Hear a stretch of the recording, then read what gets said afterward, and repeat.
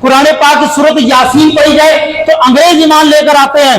اٹھاؤ قرآن پاک اور دیکھو یہ ذرا نوح کی کشتی کے ساتھ کیا قصہ ہوا. آج مسیحی چائنیز کے لوگوں نے نوح علیہ السلام کی کشتی تلاش کی. وہ منا صرف مسلمان ہوئے بلکہ انہوں نے کہا وہ قرآن دکھاؤ جس پہ پیشن گوئی کی گئی تھی. وہ میخے اللہ نے کہا جو وہ کیل نہیں تھے وہ میخے تھی. وہ میخے کیا تھی؟ لکڑی کے سوراخ کر کے لکڑی کے اندر گھسائی جاتی تھی چیزیں جس کو وہ کیل کے طور پہ استعمال کیے جاتے تھے.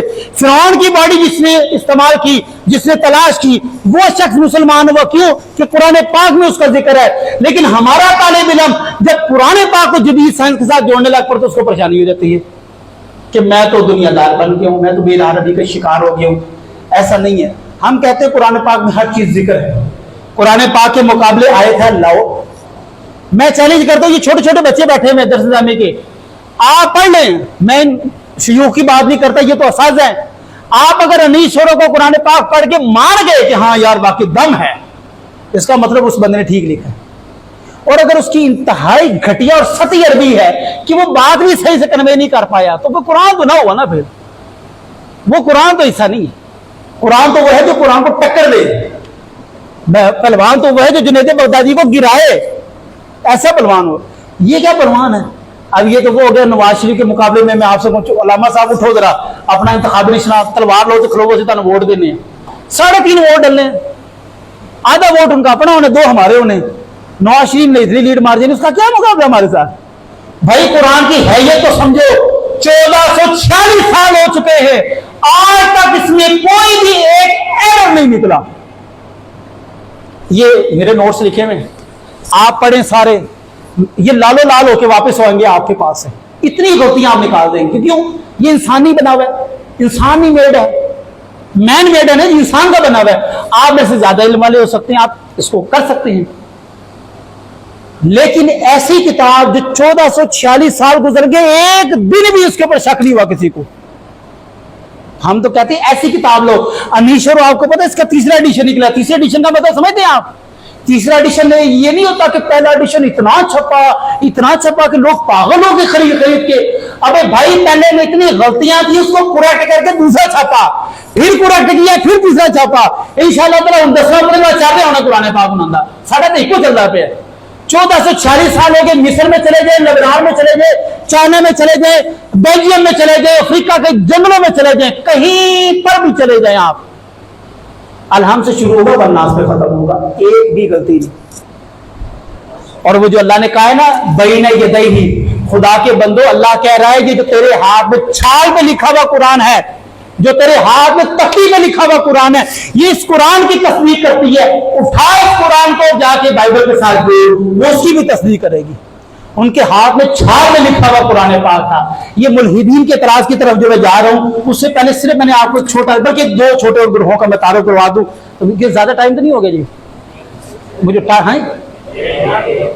ہاں جی دیکھ لیجیے گا.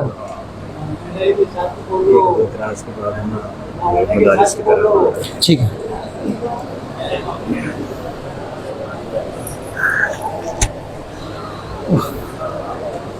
میں مدرسے میں طالب علم تھے تو حضرت شوق سے سن رہے ہوں گے, استاد بھی شوق سے سن رہے ہوں گے. جب میں طالب علم تو میں کوشش کر رہا ہوتا تھا یہ تھکے, خطیب تھکی اور کہے بہت شکریہ, مجھے بہت اچھا لگا, مجھے اجازت دیں. ابھی آپ یقین کریں میرا پہلا حصہ پورا نہیں ہوا.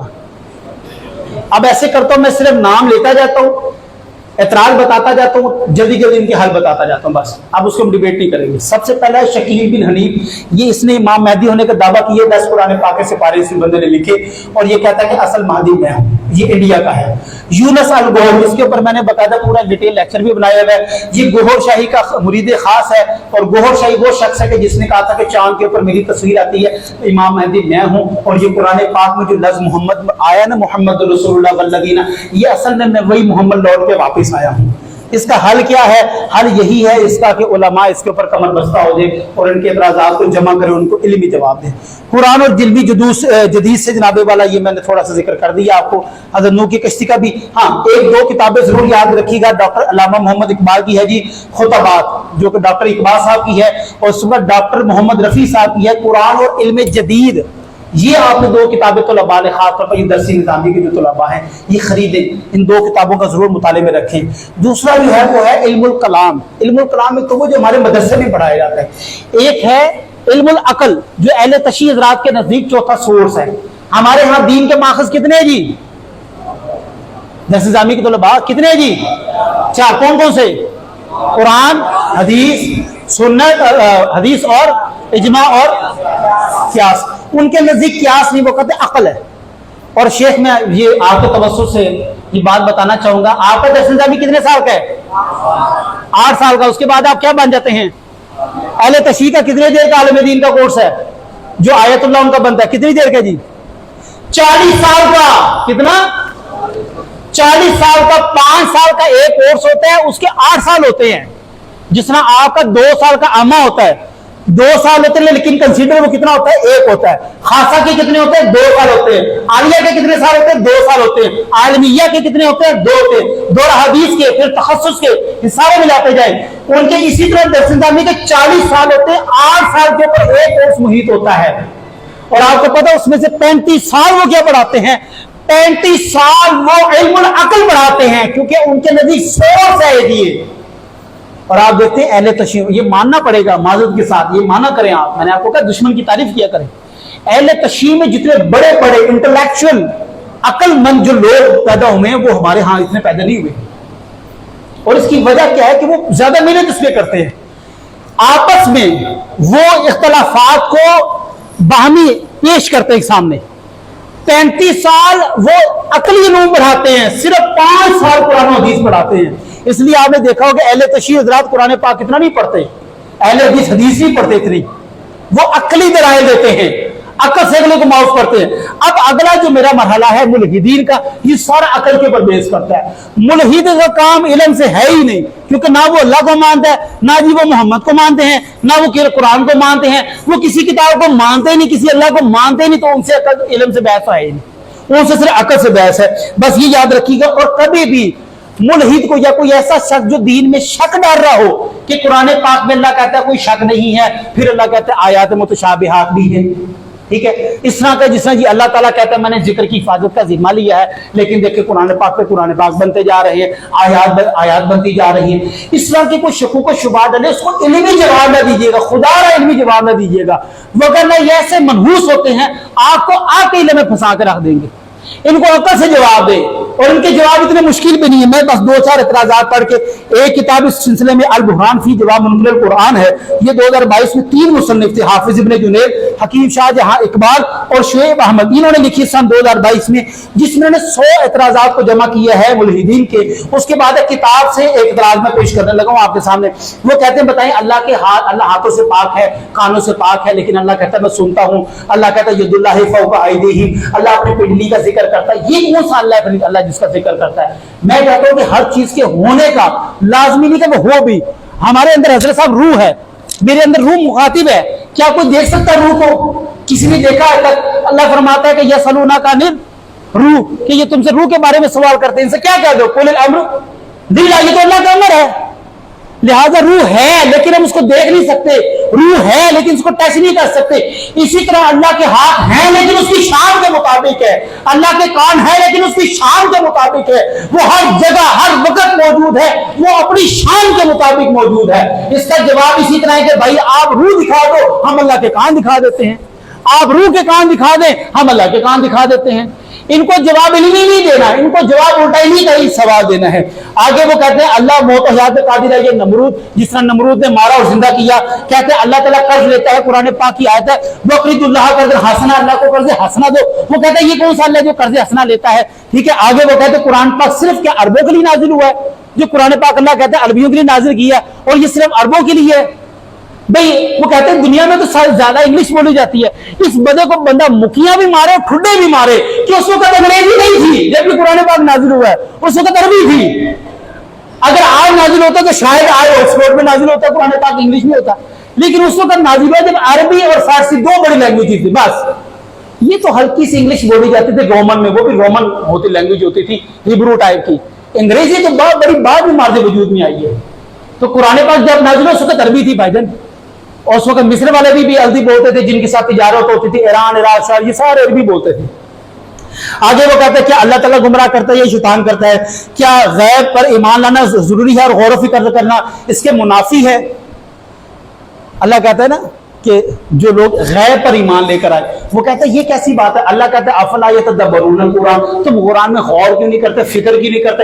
ادھر اللہ کہتا ہے غور فکر نہیں کرنا، بس اندیکھے خدا پر ایمان لے آنا ہے۔ میں کہتا ہوں آپ کو پتا کل آپ نے زندہ رہنے کے نہیں رہنا؟ جی مجھے نہیں پتا۔ جب آپ کو پتہ ہی نہیں زندہ رہنا تو نوکری کس کھاتے میں کر رہے ہو؟ یہ اتنی گاڑیاں بنگلے کس کھاتے میں بنا رہے ہو؟ پڑا گولی مارو اس کو، کیونکہ تمہیں تو یقین ہی نہیں ہے۔ کیا تم نے کبھی غور و فکر کیا کہ تم زندہ رہو گے یا نہیں رہو گے؟ کہہ رہے غور و فکر کیا ہے، میں کہ کر کے پھر چلنا ماری جاندے ہو بھائی، تمہیں پتا تم نے زندہ نہیں رہنا، زندگی کا بھروسہ نہیں، پھر تم اتنی محنت کر کے بنا رہے ہو۔ لہذا ان کے جواب صرف کون سے ہیں جی؟ عقلی ہیں۔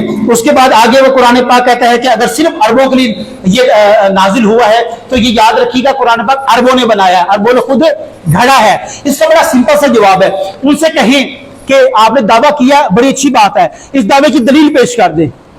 دعوے کی بھائی بغیر دلیل کے دعویٰ ہوتا کبھی؟ بھائی آپ کہتے ہیں آپ حافظ قرآن ہیں، میں کہوں گا چلو حافظ تو سنو، میں قاری قرآن ہوں اور آپ جو ہے وہ ساری قرآن غلط پڑھ رہے ہوں، میں کہوں گا آپ کو قاری قرآن۔ اب میرا تو تعارف بھی انہوں نے علامہ صاحب کروا کے کر دی ہے، مجھے تو وہ بھی ٹینشن لگی ہوئی کہ آپ یہ بھی نہ کہیں کہ یہ آپ تو علامہ صاحب ہیں، آپ کو تو کوئی چیز ہی نظر نہیں آ رہی۔ بر جو چیز بندہ دعویٰ کرتا ہے اس کی دلیل ہونا ضروری ہے۔ ہم کہتے ہیں اگر تم کہتے ہو کہ محمد صلی اللہ علیہ وسلم نے خود گھڑا قرآن پاک، عربیوں نے خود گھڑا ہے، تو وہ گھڑنے والوں کے نام بتاؤ، کس نے گھڑا، کب گھڑا، وہ لوگ کتنے تھے، وہ کس قبیلے سے تعلق رکھتے تھے؟ اگر نہیں تو آؤ 40 صحابہ موجود ہیں، 40 ایسے لوگ موجود ہیں جن کو کاتب وحی کہا جاتا ہے، ان کے نام بھی بتاتا ہوں، ان کے دادے کا نام بھی بتاتا ہوں، ان کے باپ کا نام بھی بتاؤں گا، ان کا قبیلہ بھی بتاؤں گا، ان کا ذیلی کتیب قبیلہ بھی بتاؤں گا، ان کا پیشہ بھی بتاؤں گا، ان کی تجارت بھی بتاؤں گا۔ اگر تم سچے ہو تو گھڑے والوں کے نام لا دو، نہیں تو پھر ہمارے وحی والوں کا نام لے لو۔ بات سمجھ آ رہی؟ انہوں نے کہا کہ قرآن خود گھڑا ہے نا، تو بتاؤ کس نے گھڑا ہے؟ ہم کہتے ہیں لکھا گیا ہے، نازل ہوا، ہم تمہیں بندے دے رہے ہیں، اگر آپ ہمارے بندے پہ یقین نہیں کرتے تو اپنے گھڑنے والے پیش کر دو۔ اس کے بعد آ رہتے ہیں جی مستشرقین کی طرف، بس صرف آخری ایک دو اعتراض کر کے پھر مدارس کی طرف۔ دا ہسٹری آف قرآن، قرآن پاک ایک جو ہے مستشرقین نے لکھا، ولیم کلیئر نے اس کے اوپر دا سورس آف اسلام، اس کے بعد اوریجنل سورس آف قرآن، یعنی کہ ان سارے اعتراضات کا خلاصہ کروں، یہ 6-7 اعتراضات ہیں۔ انہوں نے کہا کہ قرآن پاک آپ صلی اللہ علیہ وسلم میں نازل نہیں ہوا، ہمیں جو حقائق اور شواہد ملے ہیں یہ جو ہے وہ آپ صلی اللہ علیہ وسلم کے علاوہ کسی نے لکھا، اور وہ لکھا کون کس نے ہے؟ اصل میں محمد صلی اللہ علیہ وسلم جب موجود تھے، یہودی بھی تھے اور مسیحی بھی تھے، تو محمد صلی اللہ علیہ وسلم چونکہ یہودیوں کے پاس آتے جاتے تھے، مسیحیوں کے پاس آتے جاتے تھے، انہیں پتہ ہے جبرائیل نامی ایک فرشتہ بھی ہے اور یہ الہامی بھی کوئی چیز ہوتی ہے، وحی بھی کوئی چیز ہوتی، تو یہ سارا آئیڈیا آپ محمد صلی اللہ علیہ وسلم وہاں سے کیپچر کی ہے، بس ان کا یہ نتیجہ۔ ان کے میں نے اس کے اوپر جواب دے دیے ہیں، اگر کوئی نشست ہوئی تو انشاءاللہ تعالی اس میں ذکر کریں گے۔ بس آخر میں 2 سے 3 بلکہ یہ بس ایسے ذکر کرنا چھوٹی چھوٹی چیزیں۔ سب سے پہلے تو میں اساتذہ سے گزارش کروں گا انتہائی ادب کے ساتھ، اب یہ ہمارا علمی لیکچر ختم ہو گیا ہے، اب یہ دوستانہ باتیں کرنے لگا میں آپ سے۔ علماء کرام کی جو جماعت ہے حضرت، ان کے 3 گروہ بنائے، ایک گروہ کو لگائیں ملحدین کے پیچھے، ایک گروہ کو لگائیں مستشرقین کے پیچھے، ایک گروہ کو لگائیں قادیانیوں کے پیچھے۔ ان کی تحریریں پڑھیں، ان کی تقریریں پڑھیں، ان کی آڈیو سنیں، ان کی کتابیں پڑھیں، ہر چیز کو اکٹھا کریں، لیکن متصل نہیں ہونا، آپ نے اپنا جو ہے نا تعصب نہیں رکھنا، آپ نے ایمانداری سے پڑھنا ان کو۔ جتنا غور سے پڑھیں گے اتنا اچھے سے آپ ان کا مقابلہ کر سکیں گے۔ ہمارے ہاں علامہ صاحب پتہ کیا کرتے، ایک بندہ بات کر رہا ہوتا ہے نا کہ حضرت صاحب بات ایسے، فوراً حضرت صاحب کیا کہتے ہیں، قطع کلامی معاف، لیکن بات بھئی آپ کیوں قطع کلامی کر رہے ہیں، اگر آپ معافی مانگ رہی ہیں تو نہ کریں قطع کلامی۔ آپ حضرت صاحب بات پوری نہیں کرنے دیتے، پوری بات سنیں، ان کا پیچھا کریں، نمبر 1۔ دوسرا، اساتذہ کی ٹریننگ ہونی چاہیے۔ ہمارے جو اساتذہ ہیں ان کے اللہ تعالیٰ علم و عمل میں اضافہ فرمائے، بڑے اعلیٰ علوم ہیں ان کے پاس، لیکن جدید علوم کو فائنڈنگ کے لیے ان کی چھوٹی چھوٹی ٹریننگ ہو، جن کے اندر ایک ٹرینر آئے اور بالکل مشاورت کے ساتھ کہ اب ہمیں بچوں کے لیے کیا پڑھانے کی ضرورت ہے۔ اساتذہ کی ٹریننگ اور ورکشاپ ہونا بہت کمپلسری ہے۔ نمبر 1، نصاب میں جدیدیت لے کر آنی، جدت لے کر آنی ہے. ہمارے نصاب میں میرے خیال شاید قانون چک حوالی جو میں نے پڑھا تھا، قدوری شریف جو میں نے پڑھی تھی، نور الانوار اور نور الاضاء، اور یہ ہدایہ اولین آخرین ابھی بھی پڑھ رہے ہوں گے، مشکات شریف ابھی بھی پڑھ رہے ہوں گے. اس کا مطلب میں بوڑھا ہو کے آپ بھی بوڑھے ہو جائیں کہ یہی نصاب چلے گا، اور یہ چلے گا بھی یہی. کیونکہ یہ آپ کو پتا کب شروع ہوا تھا درس نظامی؟ درس نظامی کے طالبوں کو پتا ہونا چاہیے کب شروع ہوا تھا جی. یہ آج سے تقریباً 300 سال پہلے ملا نظام الدین، کس نے شروع کیا جی؟ ملا نظام الدین نے شروع کیا، اور ان کا نام اصل میں نظام الدین تھا، اور وہ علماء فرنگی محل کے بھائی تھے. اور فرنگ محل میں، اس محلے میں جس میں فرنگی رہ کے گئے تھے، وہاں وہ بیٹھ کے عصر کے بعد درس لیتے تھے، جس کے بعد اس کا نام مشہور ہو گیا درس نظامی، یعنی کہ نظام صاحب کا درس. اور یہ 300 سال پہلے جو حضرت صاحب نے کتابیں ترتیب دی تھی، آج بھی ویسی کتابیں چل رہی ہیں. اور یہ بادشاہ عالمگیر جس نے فتاوی عالمگیری لکھا ہے، ان کے بڑے بھائی ملا صاحب ان کے ساتھ تھے، اس فتاوی عالمگیری میں شامل تھے وہ علماء فرنگی مال کے. ٹھیک ہے، تو یہ درس نظامی وہاں سے بیٹا شروع ہوا ہے، اور یہ آج تک ایسے ہی چلتا آ رہا ہے، اور آگے بھی ایسے ہی چلتا رہے گا. اس کے بعد مالی وسائل علماء کو چاہیے، میں آج سے بھی گزارش کروں گا کچھ چھوٹے موٹے نے کورسز کرنا شروع کریں، ہنر سیکھیں. خدا را آپ درس نظامی کے بعد یہ ذہن نہ بنائیں کہ میں نے اچھی مسجد میں لگنا ہے، میں نے اچھے مدرسے میں لگنا ہے. آپ درس نظامی کرنے کے بعد یہ سوچیں میں نے کس کمپنی میں اکاؤنٹنٹ لگنا ہے. آپ دین فی سبیل اللہ پڑھائیں، مدرسے والے بھی عزت کریں گے، استاد بھی عزت کرے گا، محتمم بھی عزت کرے گا، طلباء بھی عزت کریں گے، سوسائٹی بھی عزت کرے گی. دین فی سبیل اللہ پڑھانے کی کوشش کریں، اپنے آپ کو مالی طور پہ سٹینڈ کریں. آپ معذرت کے ساتھ ہمارا بیچارہ طالب علم ختم پڑھنے جاتا ہے، وہ گھر والے اس کو بڑے عجیب نظروں سے دیکھ رہے ہوتے ہیں، بڑے عجیب نظروں سے دیکھ رہے ہوتے ہیں. وہ ہمیں غلام سمجھتے ہیں، وہ سمجھتے ہیں سوسائٹی کا سب سے کم ترین جو حقیر ترین یہ لوگ ہیں، حالانکہ سب سے اعلیٰ یہ لوگ ہیں کہ جو اللہ کی منتخب کردہ ہیں. سب سے اعلیٰ یہ لوگ ہیں جو قال رسول اللہ کی آواز بلند کر رہے ہیں.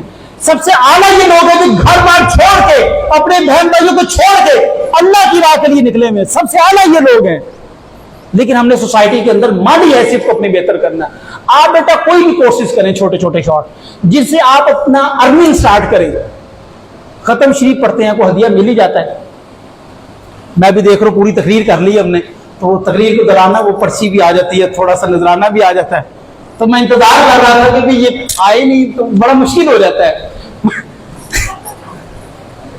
علماء سمجھ رہے اس بات کو. اچھا جی، اس کے بعد لہجہ نرم رکھنا جی، یہ 5ویں صفت آپ میں ہونی چاہیے. علماء کا لہجہ نرم. آپ صلی اللہ علیہ وسلم کی حدیث مبارکہ وہ آپ کو پتا بدو نے چادر کھینچی تھی آپ کے گریبان سے. آپ نے کیا کیا تھا؟ کیا سختی کا معاملہ پیش کیا؟ نہیں. آپ نے کوشش کرنی کہ نرمی کا معاملہ کرنا ہے. کوئی کتنا بھی آپ کو برا بھلا کہہ دے، نرمی کا معاملہ کرنا ہے بس. آپ کی سب سے بڑی کی سکسیس یہ ہے. باہر ہم اس لیے برے مانے جاتے ہیں، لوگ کہتے ہیں یار مولوی بڑے گرم مزاج ہوتے ہیں، انہوں نے گل کرن دی تمیز، گل کرو غصہ کر جاندے. یہ نہیں ہونا چاہیے. لوگ ہمیں اس لیے پہچانے کہ یار علماء بڑے تحمل سے بات سنتے ہیں. کبھی آپ میں سے کسی مدرسے کے جہاں پر طالب علم کو پتہ کی کہ کسی وہ بڑے ایم اے یا پی نے مشورے کے لیے بلایا نہیں کہ حضرت صاحب ہم یہ کاروبار شروع کرنا چاہتے ہیں، آپ چونکہ دین کے طالب علم ہیں، آپ شیخ الحدیث ہیں، پلیز ہمیں مشورہ دیں. وہ ہمیں قابل نہیں سمجھتے. کیوں؟ ہم نے اجازت دی ہے ان کو کہ وہ گدھے اور باندر ہم پر سوار ہو جائیں. ہم نے اجازت دی ہے. آپ مجھے بتائیں، یہ بادشاہ عالمگیر کا میں نے نام لیا، فتاوی عالمگیری لکھو. بادشاہ تھا بھائی جان. ہمارے بڑے بڑے حکمران جو ہے وہ علماء تھے، فقہاء تھے، وہ کوئی جاہل اور عیاش نہیں تھے. آپ اٹھائیں بڑے سے بڑا قاضی عالم دین تھے. اچھا آگے نرم لہجے کے ساتھ آپ نے کوشش کرنی ہے کہ ہر لے کی بات کو پورا سننا ہے. یا میری بات سننے مجبوری آپ کے پرنسپل صاحب بیٹھے ہوئے کہ حضرت صاحب وہاں پہ تشریف لے جائیں گے یا وہاں پہ لے کے جائیں گے، اور میں یہاں پر کھڑا یا تو ساتھ سے بات کر رہا ہوں گا یا اللہ نصیر صاحب خوش ہو رہے ہوں گے مجھے دیکھ کے. اگلے کی بات کو تحمل سے سنیں، پورا سنیں، بولنے دیں اس کو. قرآن پاک کا مزاج دیکھیں. عرب شراب نہیں چھوڑے، اللہ تعالیٰ انتظار کر رہا ہے. عرب شراب نہیں چھوڑے، اللہ نے پھر حکم نازل فرما دیے. عرب پھر بھی شراب نہیں چھوڑے، اللہ نے پھر حکم نازل فرمایا کہ اینا کرو کہ جو نماز پڑھ رہے ہو نا وہ تو نہ پیو. یہ پیچھے ٹھیک ہے تسی جو کر دے رہو، نماز ٹائم کے بعد آؤ. پھر آیت نازل ہوئی، پھر عرب لوگ باز نہیں ہے، پھر اللہ نے آخری کیٹیگری کے لیے حکم نازل کر دی. اب نہیں بس. اس کا مطلب ہمیں یہ روش اختیار کرنی ہے کہ اگلے کو سننا ہے لیکن پورا سننا، بولنا نہیں ہے درمیان میں.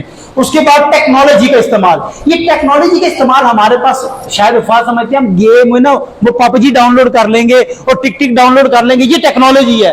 حضرت یہ نہیں ہے. سافٹ ویئرز ہیں، ان کے آپ نام لیں، ان کو سیکھیں، وہاں پر چھوٹی چھوٹی جابز ملتی ہیں، وہ جابز کریں، ساتھ دین کا علم حاصل کریں، اپنے والدین کو بھی سپورٹ کریں، ٹیکنالوجی کو ساتھ دے کر چلیں، بغیر ٹیکنالوجی کے آگے نہ چلیں.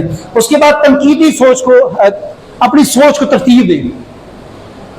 ہمارے یہاں یہ ہوتا ہے کہ علماء پہ تنقید ہوئی ہے، وہ کہیں گے اچھا پھر یہ جملہ میرے کی گل کر رہے ہیں. بھئی آپ کون ہیں؟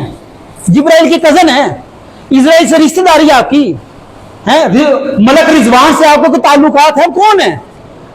انسان ہے، عالم دین ہے، غلطی ہو جاتی ہے تو کیا ہوا؟ مجھے اگر حضرت صاحب بعد میں سمجھا دے کہ بیٹا آپ نے یہ بات نہیں کرنی تو مجھے کیا حرج ہے؟ مجھے سمجھنا چاہیے کہ ہاں یہ مجمع میں بات نہیں کرنی چاہیے.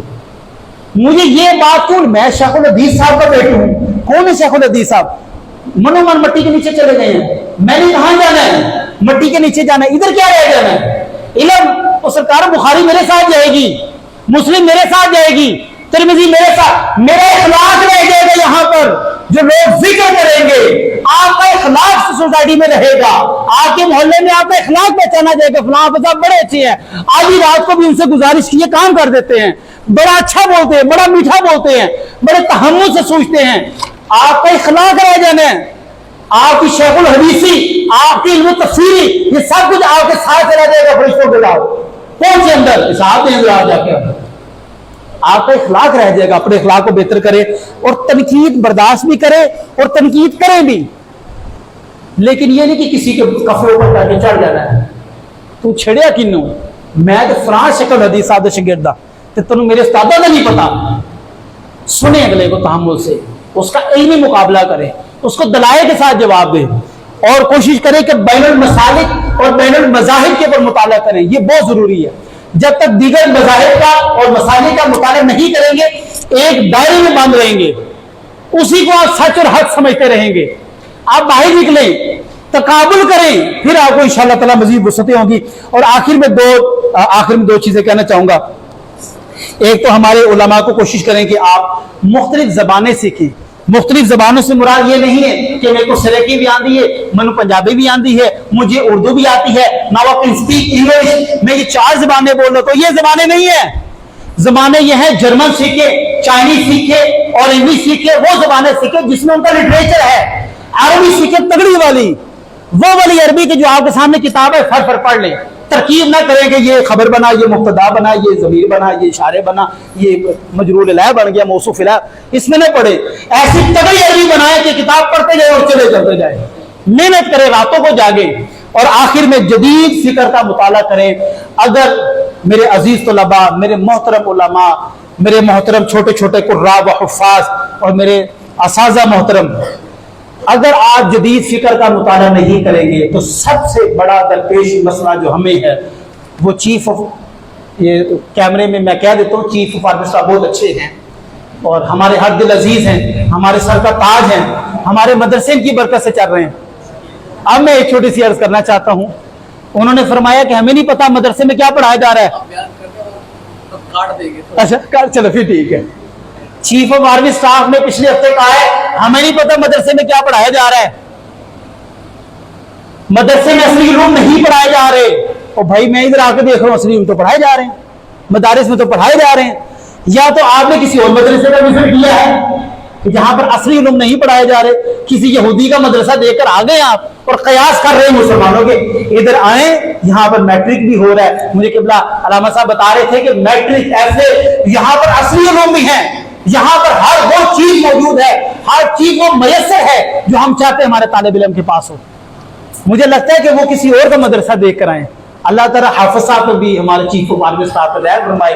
اور ہم سب ان کے لیے آخر میں دعا گو رہی ہیں کہ ہم نے اپنے مدرسے بھی بچانے ہیں، اپنی جانیں بھی بچانی ہیں اور ہم نے واپس بخیر و عافیت سے بھی جانا ہے.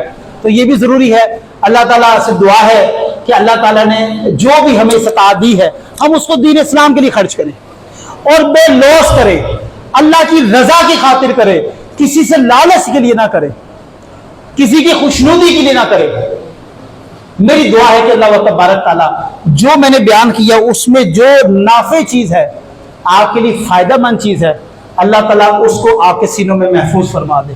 اور جو ایسی چیز میرے منہ سے کلام ہو گیا جو آپ کے لیے غیر ضروری تھا، جو آپ کے لیے فائدہ مند نہیں تھا،